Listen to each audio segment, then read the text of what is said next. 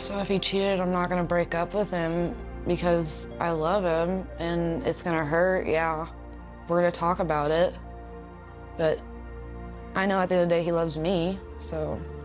To see him with, to see Boogie with another woman, it would hurt and it would make me jealous, but I'd get it. So I think that the documentary and some statements from Boogie... You're still fucking wrong. I have her ID in my wallet.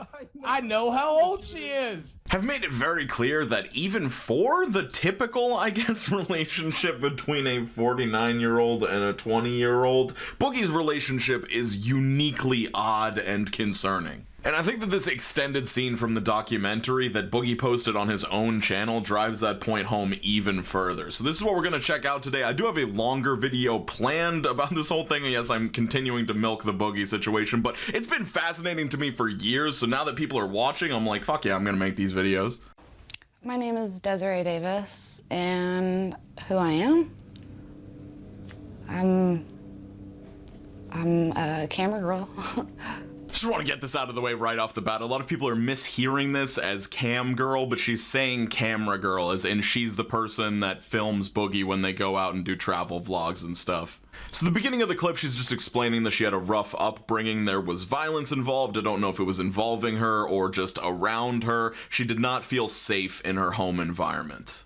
I didn't really do the real dating thing. I didn't really do like hug or kissing or hand holding. I was more like a friend relationship kind of thing, and I only remember having like actually 2 of those, and it wasn't serious. It wasn't anything besides, you know, high school, or not high school, yeah, high school and school stuff, so just like having somebody to talk to and hang out with. Why I think I didn't ever have that normal high school relationship was because I just found it difficult. I never really could like feel safe or like actually trust somebody enough to, you know, actually let them in, so. So I know that I'm like covering this, so I'm part of the problem, but it just feels so invasive. Like I feel like we should not be hearing this information, but it's out there. You know, the documentary was made, she was asked a question and she chose to answer it the way that she answered it. And this kind of comes with the territory of dating someone like Boogie. You know, your life is going to become somewhat public, and if it were me, I'd try as hard as possible to keep as little of it public, but this is what has happened. I've just lost a lot of trust in people, so I've just had a lot of things go wrong. Being bullied in high school for my size, being thin, I was a late bloomer, so that made it difficult. It made me sad and hurt and alone. And honestly, I felt self-conscious and didn't really like my body, so. Before I met Boogie, I wasn't interested in looking in a guy or in, you know, relationships. I just was doing my own thing, living on a farm. What's it like living on a farm? It's peaceful, it's nice. I loved pretty much everything about it. It's home, and I know I always got a home, so it's nice. So this is one thing that was sort of interesting and uplifting to me, is that she actually does have a good home life. Whatever happened when she was younger, it seems like it's more stable now, because Boogie described that they're gonna spend Thanksgiving at her house and that the parents approve of the relationship and stuff like that. So if this all did go belly up and everything falls apart, it sounds like she does have a home to go back to, which is reassuring. This is an axolotl. This is a Pokemon. I don't really exactly know which one, and this is Godzilla. Why do I have stuffed animals? Because they're cute and they're cool, and I know that they don't, I mean, they eventually go away, but like if you, I mean, they're there, you know, it's something to remember, it's memories. I mean, it's so hard to answer a question like that, like, why do you like stuffed animals? Like, I know that there's, like, this kind of thread that Boogie might be into girls that like childlike things because that whole duck story at the beginning of the documentary, but I'm just gonna go ahead and say liking stuffed animals at an adult age is completely fine. They're soft, they're cuddly, they look like things that you like. Like, I'm not gonna indict Boogie's character based on this one specific thing. I will for other stuff, but not this. So I originally discovered Boogie on YouTube, and it was with a collab of Jesse, McJuggernuggets, and Kid Behind the Camera's videos. My initial impression of Boogie was he's adorable. I'm I don't know what it was. It was, I guess it's his energy, his curly hair, his glasses. I must be into nerds. I guess, I don't know. I never really paid attention to like my feelings or anything because I kind of like kept to myself in school. So like, I don't know, he's just adorable to me. I like him. I mean, this kind of adds up with what I was suspecting of the situation, especially when I was talking about it in the documentary, and that's that this girl does legitimately like Boogie in some way. It sounds like she had a crush on him from seeing him in videos and stuff, and based on her whole thing about, like, in school she didn't really understand her feelings, this could be, like, one of her first crushes or whatever. He was going through a lot, and I randomly hit him up on Instagram, and I told him that I support him and that I'm always here for him and stuff. And so it started from there. So we talked on Snapchat for a while, a couple months. Okay, so we definitely took it slow. We didn't get to like the actual romantic thing. Like, you know, we would talk about it, but it never was like, we never really got into it on Snapchat. It was in person, we waited. And even then, we were still taking it slow. I don't ever want to be alone. That's another thing. Maybe that's why I have stuffed animals. I don't ever want to be alone. And so it's just nice to have company, and I don't know. That's weird, but I'm weird. But yeah. This shit is just like so awkward. Like, I do not blame this girl at all for being this way. Like, she's not media trained like Boogie is. As bad as Boogie can be on camera, like, he has training with being on camera, and I think that she's having a lot of these statements where it feels like the documentarian is just kind of like letting her continue to talk, so it kind of feels like she's just filling dead air with different things. So in this context, like, the whole I don't ever want to be alone, like, it is a very concerning statement, but it almost feels like she's just like looking for a reason that she's with Boogie and she can't come up with something on the spot. But she gives more justifications. So he's fun, loving, go-getting, and just social, and I like that about him because I'm a little bit like that, but I'm more shy. Like, he's bringing it out of me, so that's what I like. We're definitely, I was an opposite for a while from him because, like I said, I was just shy. I kept to myself, so it's nice, him being different. They're always gonna have criticism and hate, you know, so, and I've always dealt with hate and criticism, so it's nothing new to me. He's not manipulating me. I love him for him. He doesn't control me. We're a team. He supports me in everything I do and everything I want. He's my support system, so. So I mentioned in the documentary that I was concerned with that phrase, he's my support system, because like a support system should involve multiple parts, but it does sound like she has like a family at home and stuff, so I don't know, like there's a lot of stuff here that is not concerning. Like, I'm not gonna say that every single thing in these interviews is like, holy shit, red flags, burn down the house. Like, I'm creeped out by the relationship in general, but like some of these statements are completely normal. But having said that, it seems pretty clear that Boogie is like the most important person in her life right now. So obviously she's going to try and paint him nicely in these interviews because she loves him or whatever. I don't have a good relationship with my father. I don't really call him my father. Call him sperm donor, but this don't have to be put into the documentary. I don't reference him as father to me. He's never really been my father. He signed his rights away, or my rights away, whenever I was 20 months old, or was it 18 months old? I think it was 18 months old. He signed his rights away from us, so I never really had a good father role figure in my life. It didn't make me feel good. It hurt a lot. I definitely just wanted that father figure and that role and just didn't ever have it. Growing up without a father figure has its challenges. Like, you just don't have that support system that you would and the advice that you need. And so it's just difficult.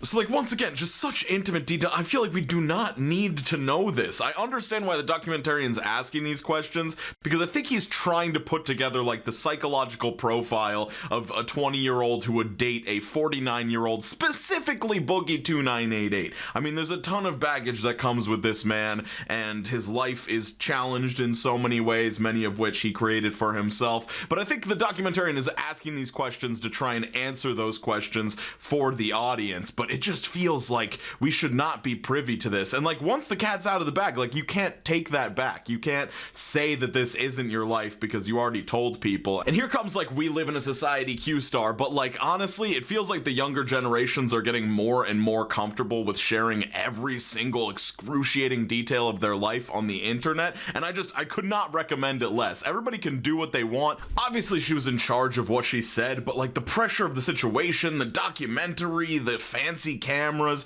your boyfriend is the most notorious oversharer on the internet, it's just not a recipe for success. Because I don't want to be alone, but yeah, I'm sorry.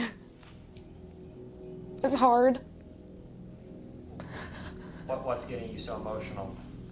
Because I love him, and just imagining a life without him is difficult.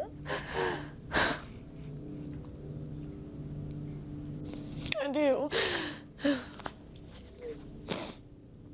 I do love him. I truly love him. Have you ever loved anyone like this? Not really, no. No, I haven't. What about the people who would say these are fake tears, you're all in it for the clout? Let them say it. I don't care. You know, if that's what they think, that's what they think. At the end of the day, I know how I feel. I don't know why she's just not coming off to me as a clout chaser, and it was interesting to me to Mike ask that question. Like, I wouldn't have asked that, but I'm also not a documentarian and shit. Yeah, I don't know. I would go to literally anybody but Boogie2988 if I was trying to chase clout on the internet. It's not easy because I don't like seeing him stressed, and I don't like seeing him troubled. I just want to be his support system like he's my support system, so it's not easy. Where do I think the financial picture of Boogie will be? I don't know. Does that worry you, or? It does, but does it worry me? It does, but I worry about him more. Even if he does go broke and has to sell the house, I'm still gonna be by his side. He's the only one that I love and I care about, and there's only one of them. And so I'm not just gonna up and leave him for money, because money's an issue. So once again, this all sounds like it's coming from a real place. Like, if these are put on tiers, then like, I'm being fooled right now, and that's perfectly fine. Feel free to call me out in the comments. But like, I just want to say, for anybody getting into relationships and stuff, like, money problems are a perfectly good reason to leave a relationship. Like, not, oh, you're broke, so I'm not gonna date you, but if like somebody is financially unsustainable and they're getting into deeper and deeper debt and like fucking up their financial status, especially if you're thinking about talking about marriage, like, those problems can very easily become your problems, and it should absolutely be a concern. Yeah, my thoughts on me moving on to a younger guy is not gonna happen. Why not? Because they're not him. Do you feel Boogie's irreplaceable for you? Yeah, I feel Boogie is irreplaceable for me. And why is that? I mean, there's a lot of guys. There's billions, really. What makes Boogie so special? What makes Boogie so special is that,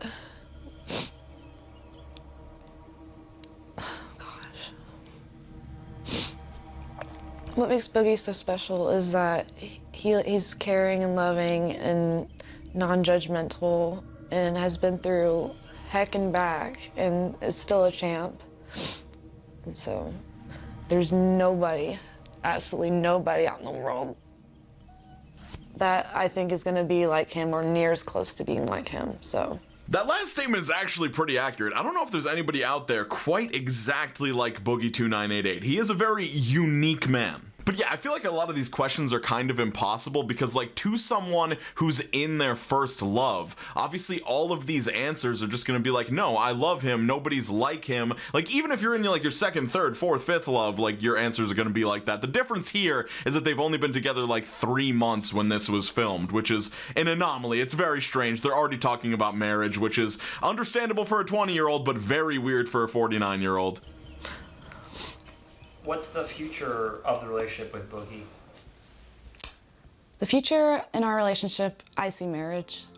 Boogie has improved my life tremendously. He just makes me happy, the happiest I've ever been. And I'm not alone, and so that he just completes me.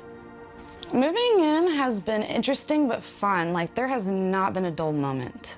And it's been full of laughter. This house has been full of laughter nonstop. So it's been really nice. It's been refreshing. I think overall this house is interesting and it's characteristic, and it's just there's nothing boring about it, honestly. I love the video games. I love the whole setup. I would not change a darn thing. I kind of agree with this one. Like, looking at Boogie's house, yeah, it's corny. Yeah, it's like a gamer house or whatever, but I wouldn't mind living there. It looks like a super comfortable, fun place if, like, you removed everybody that lives there and just had me. I help with the dogs. I get him his water. You know, like whatever he wants and requests. Honestly, nothing but I help out as much as I can. You know, I just mainly is to take care of him. He takes care of me, so. What was it like to see him getting obliterated in a boxing match? I didn't watch the boxing match because he's still a winner to me at the end of the day, but for the fact that I didn't want to watch it was because I don't want to see him get hurt. I don't like him getting hurt. To be fair, I was rooting for Wings in that boxing match, and I still felt bad watching Boogie get beat up. Like, it was pure defense. He was doing absolutely nothing but trying to avoid punches from the first second. Is it demasculating? No, he stepped into the ring. A lot of guys are too afraid to even do that, so. There was no attraction to Jordy after the fight. I need some tissues. Okay, that statement implies that Mike asked her if she was attracted to Wings of Redemption after the fight. Like, what? Okay, Mike definitely asked some weird questions in this interview. Like, some of them might be missed because his voice is so quiet, but, like, there's definitely a different side to the documentarian from watching this full extended thing. What would it take? It wouldn't take anything. I'm not breaking up with him. If he broke up with me, that's different, but I'm never gonna find a reason to break up with him. Sorry, I'll repeat all that. What was the question? So if he cheated, I'm not gonna break up with him because I love him and it's gonna hurt, yeah. We're gonna talk about it, but I know at the end of the day he loves me, so. To see him with, to see Boogie with another woman, it would hurt and it would make me jealous, but I'd get it. Women are beautiful. So this is easily the most concerning part of the extended interview to me, because it's like, it's one thing to be polyamorous or have an open relationship, it's another thing to acknowledge that cheating would cause you pain, but you would understand if he did it and you would be okay with it. You wouldn't leave him for him cheating on you. Like, it just feels like a weird power dynamic where, like, he can get away with it, but you would never do anything. It just seems strange. So, I would say are just about women, because I know as a YouTuber you have plenty of options, and I've been told this by another YouTuber, so I'm very much aware of this. It's okay. When it comes to Boogie, I did experience a lot of jealousy because I did know and I was told that he has options, and it's very clear and aware of that he does. So, am I attracted to Boogie for his money? No. I'm really wondering who was telling her that Boogie had options. Like, if he told her that, that's fucked up in my opinion. That's kind of weird. That's like, yeah, I could go with anybody. There's fucking thousands of women that want me. Like, I don't know. It just seems kind of strange, and somebody else who would say that, I don't know why they would say that. Because money doesn't make a person. It might also be because he doesn't have any money. I don't really care about that. What do I think about his dire financial situation? I think it's scary. Yeah, what's so scary about it? That he might lose it all in a day. He might just be homeless one day. But it makes me feel nervous and scared, but I'm gonna be by his side no matter what, so. I would do whatever it took to support him, yes. Including a job, yeah. Okay, I would get a job to support him. I do see myself growing old with Boogie. This is everything and more for me. I'm complete. I have my partner in crime, my player one, and just a happy home. Is there anything else that people need to know or that they don't get to see? They see pretty much what they see behind the camera on YouTube, Instagram, all of his socials. That's the legit him. Like, he's funny, charismatic. He makes people laugh, you know. He's a sweetheart, so. There's a reason that I titled this video the way I did. These interviews just made me really uncomfortable, and I can't put my finger on one reason why. There's a bunch of reasons. Like, am I creeped out by the relationship? Yes, that's kind of my default status, but I also just feel sad. Like, the feeling in this room, I think one of the strengths of Mike Clum's interview angles and stuff like that, what he does on the camera, is you really feel like you're in the room, and it's just like this kind of dark, like dingy space, and I just feel like I'm there, and I don't want to be there. And I guess as far as her, like, it does make me sad. Like, I do not see great things coming of this relationship. I would say my best, like, outcome would be that the honeymoon phase was nice, and then somehow it just gets broken off and she gets to try out other relationships. Because, I don't know, it's just not a great first person to be with, and having this be your first, it's like you have no concept of what another relationship would be like, so you can't compare it to anything, and know that there's gotta be better relationships than being with 49-year-old Boogie2988. Like, maybe I'm wrong. Maybe this is the best relationship she could ever hypothetically be in, but she'll never know if she doesn't see other people and stuff. But anyway, I don't know. I'm kind of rambling at this point. I feel like this is not the strongest video in my Boogie2988 series, but I am starting work on a video on Boogie2988's interview with Tom Dark, aka Turkey Tom, 5 months ago, because it exposes so much information and just so many of Boogie's kind of worst trail covering lying tendencies. Because Turkey Tom, to his credit, he sits there and he keeps calling Boogie on stuff, and Boogie tries to change the story and Turkey Tom just keeps bringing him back. So it's a really interesting experience. Hopefully that'll be out in a couple days. It will be an undertaking because it's an hour and a half and there are a million things to talk about in it. Make sure you're drinking a lot of water and skating on to the best of your abilities. Peace out, everybody.